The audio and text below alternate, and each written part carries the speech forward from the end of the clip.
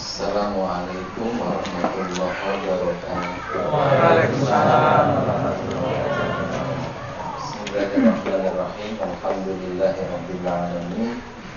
Allahumma shalli ala nabiyyina Muhammadin wa ala alihi wa ashabihi ajma'in.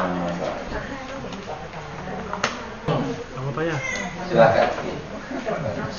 Assalamualaikum warahmatullahi wabarakatuh. Waalaikumsalam warahmatullahi wabarakatuh. Yang dekat. Berkaitan dengan niat, Ustaz. Iya. Niat biasanya kan kita sudah rencanakan. Iya. Sholatkah, zakatkah, kita sudah rencanakan. Iya. Bagaimana dengan yang spontanitas? Misalnya ketemu orang minta tengah jalan, kita kasih aja begitu. Nilai amalnya, apakah ada nilai amalnya di situ? Kasih aja begitu pasti ada dorongan yang membuat dia memberi kan? Iya. Nah, di situ ada niat. Dorongannya apa? Ya. Kamu ya Dorongannya ngasih apa? tanpa ada kesadaran tuh berarti ya tidak serta dengan niat. Niat sama ngasih, nggak jadi ngasih. Tapi kalau ada kesadaran yang mendorong dia melakukan tindakan, di situ niat. Walaupun tadinya belum ada rencana. Iya, belum ada rencana. Niatnya muncul kemudian. Sesaat. Tidak ada masalah. Karena bahkan menurut ulama fikih niat itu di awal melakukan amal. Ya. Di awal melakukan amal. Jadi misalnya kalau prakteknya dalam sholat, niat itu ketika mulai takbiratul ihram. Sebelum bertakbir, niat dilakukan. Jadi di awal amal yang dilakukan, disitulah letak niat. Ini kalau salah pikir begitu teknisnya. Ya, meskipun sebelumnya kita sudah punya niat mau mengerjakan sholat, ya, saya nanti malam saya mau mengerjakan sholat tahajud jam 2 misalnya. Lalu sebagai niat kita sudah pelajari ada kesungguhan untuk mewujudkan hal itu, dilakukan upaya-upaya dan nanti bisa bangun dan mengerjakan sudah dinilai sebagai niat, iya. Tetapi secara fikih niat sholat tahajud itu adalah tatkala ia memulai amal atau perbuatan sholatnya itu. Nah, teknis berniatnya adalah ketika amal itu hendak dilakukan. Nah, jadi dalam kasus tadi sebelumnya tidak ada niat, ketemu orang, kemudian kita muncul niat untuk memberi, sah sebagai niat. Begitu. Satu lagi, Pak. Oh, satu lagi. Kaitannya dengan membunuh dengan cara yang baik. Nah, itu konteksnya seperti apa tadi? Namanya membunuh kan pasti sakit ya. Ini padahal belum dibahas. Ini baru kalimat innallaha katabal ihsan ala kulli syai'. Tapi jenengan sudah baca di bagian berikutnya. Ya. Dari di awal kita sudah bacakan juga. Kalau membunuh, lakukan pembunuhan dengan ihsan. Kalau menyembelih, lakukan penyembelihan dengan ihsan. Tekstual hadis memang tidak disebut. Berbeda dengan penyembelihan, ada sedikit keterangan di situ. Wal hidda safratahu wal yuridda bihatahu. Ihsan dalam penyembelihan ada sedikit keterangan di situ. Pisaunya yang tajam dibuat sembelihan itu senang. Tapi yang fa'ahsinul qitlah, berlaku ihsanlah dalam pembunuhan, enggak ada keterangan di situ. Nah, nanti keterangannya tentu merujuk pada dalil-dalil lain baik hadis maupun ayat-ayat Quran. Ya. Tapi penjelasannya nanti ya. Karena nanti pembunuhan yang ihsan, penyembelihan yang ihsan itu hanya dua contoh kasus. Tidak merupakan pembatasan bahwa ihsan hanya berlaku dalam dua amal tersebut. Ya. Tapi Nabi menyebut dua itu. Kenapa? Ini ada sebabnya. Kok tidak contoh yang lain? Karena dua yang disebutkan ini secara umum orang sulit punya persepsi materi bae dadak ihsan itu koyo apa. Nyembelih bae dadak diatur itu kan umumnya orang ya di situ seringkali tidak terjadi amal yang disebut ihsan itu. belah ya belah gue rasa aneh-aneh, yang penting mati kan gitu. Membunuh orang ya sepatnya juga, yang penting nyawanya hilang kan gitu. Tapi Islam ngatur, nggak bisa seperti itu. Ya. Jadi kalau misalnya memberi dengan cara ihsan, orang sudah umum lah, kayak saya HP dengan cara yang baik, mengajar dengan cara ihsan ya sudah tahu lah. Tapi membunuh dengan cara ihsan, nah ini yang tidak diajarkan oleh Islam. Karena di sini akan tampak perbedaan Islam dengan yang lain. Perang di dalam Islam, amal pembunuhan di situ, tapi berlaku kewajiban ihsan dalam peperangan. Ya. Jadi kita ketemu adab akhlak dalam peperangan Islam seperti apa. Pelaksanaan hukum yang harus menghilangkan nyawa seperti kisos, ya, seperti rajam dan seterusnya. Ya. Jadi berlaku kewajiban untuk berbuat ihsan. Ya. Nah, sementara itu ya nanti rinciannya kesempatan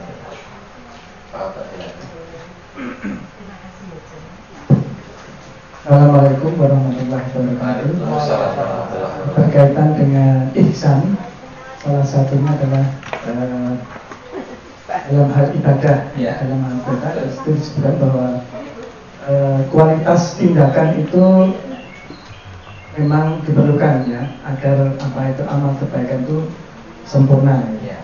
Nah, bagaimana dengan ibadah yang kita lakukan itu antara kualitas dan kuantitas? Banyak ustaz atau dai yang mengatakan karena yang namanya ibadah itu kan sangat banyak sekali, kemudian kemampuan seseorang itu juga terbatas. Jadi kadang kualitas mungkin nomor 2.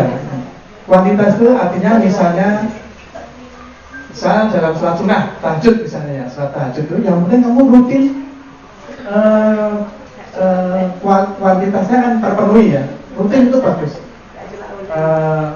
Apa itu tidak harus misalnya 12 rakaat berat ya, 12 rakaat rutin kan berat ya, mungkin 2 rakaat cukup gitu loh, tapi dilakukan istiqomah, konsisten gitu.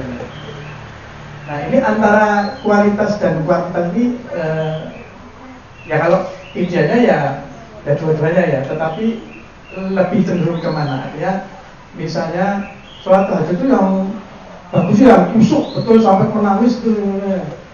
Nah, ada yang bilang bahwa ya kalau seperti itu berat ya, karena setiap malam harus bangun, harus kusuk dan itu harus 12 rakaat dan sebagainya. Ini contoh aja. Nah itu kan yang begitu kan yang mementingkan kualitas itu lebih baik mana ya dengan yang kuantitas ya, rutin itu istiqomah gitu. Ya itu satu contoh. Banyak amalan yang seperti itu, misalnya kita berzikir misalnya gitu ya. Kita mengucap asma Allah itu kadang misalnya subhanallah 3 kali saja sudah dengan perasaan yang mendalam, itu lebih bagus dari subhanallah sampai 1000 kali, bahkan kadang artinya tidak bisa mendalam ya. Tapi ada yang mengatakan justru yang semakin sering itu soalnya saya kalau di rumah itu kalau subuh itu mendengar, tidak tahu masjid mana itu mungkin masjid la ilaha illallah itu terdengar dia gitu. Tapi ada yang mengatakan itu dengan seringnya kita menyebut Allah itu akan masuk gitu loh. Tapi ada yang tidak perlu sampai 1000 kali ini la ilaha illallah, la ilaha perlu mendalam. Nah itu sebetulnya bagaimana antara kuantitas dan kualitas? Ayat 2 surat Al-Mulk, surat ke-67 ayat 2. Alladzi khalaqal mauta wal hayata liyabluwakum ayyukum ahsanu amala. Allah yang menciptakan kematian dan kehidupan untuk menguji kalian. Yang punya kewenangan untuk membuat aturan dan penilaian adalah Allah yang telah memerintahkan.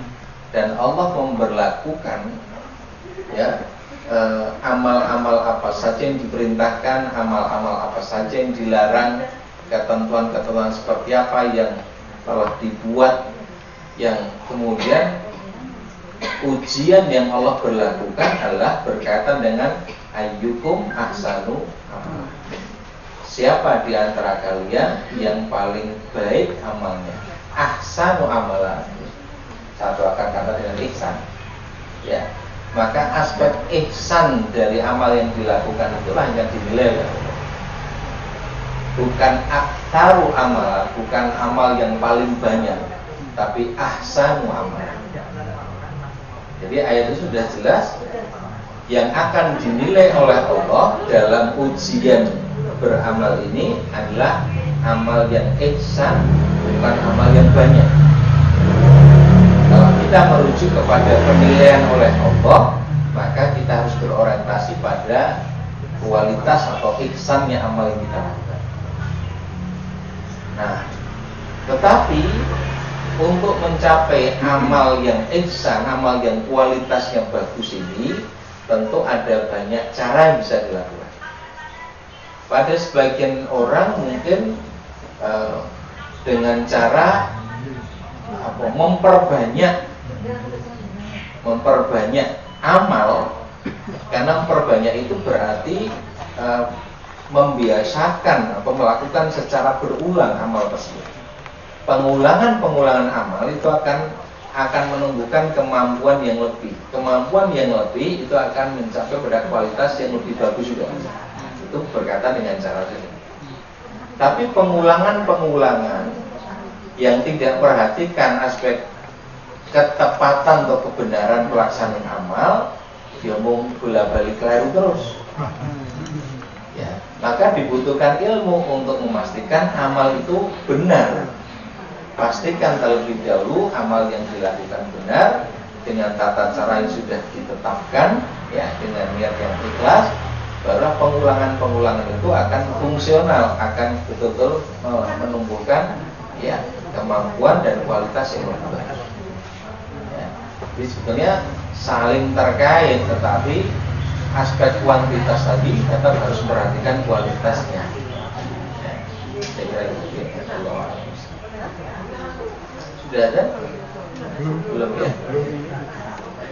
Mau menyegerakan berita.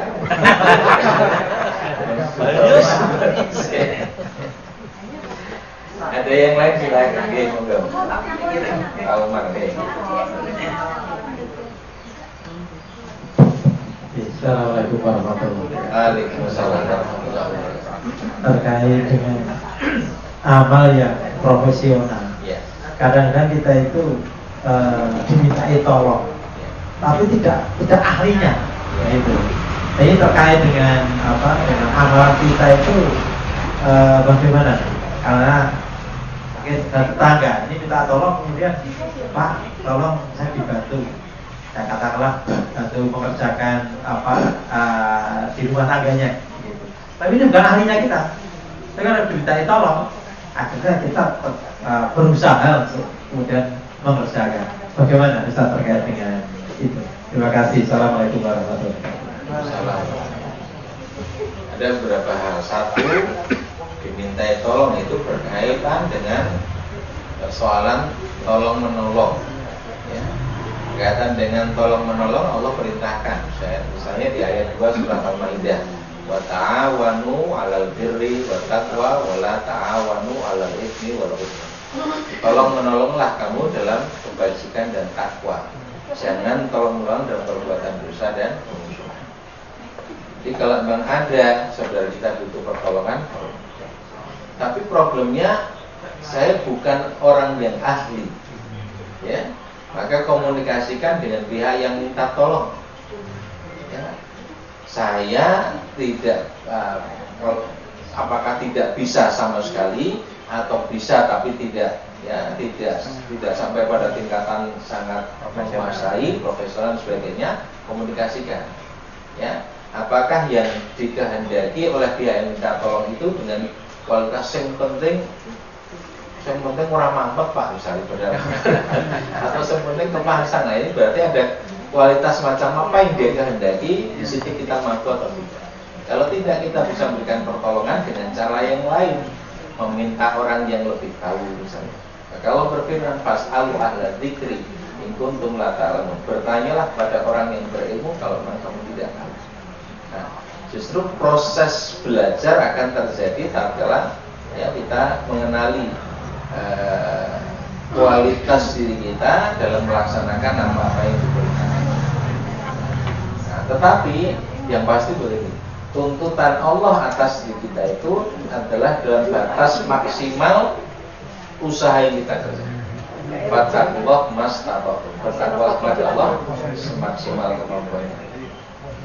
Ya, jadi kalau setelah jenengan komunikasikan dia berkenan, ya sudah, lakukan dengan usaha sungguh-sungguh dalam batas-batas kemampuan kita bisa.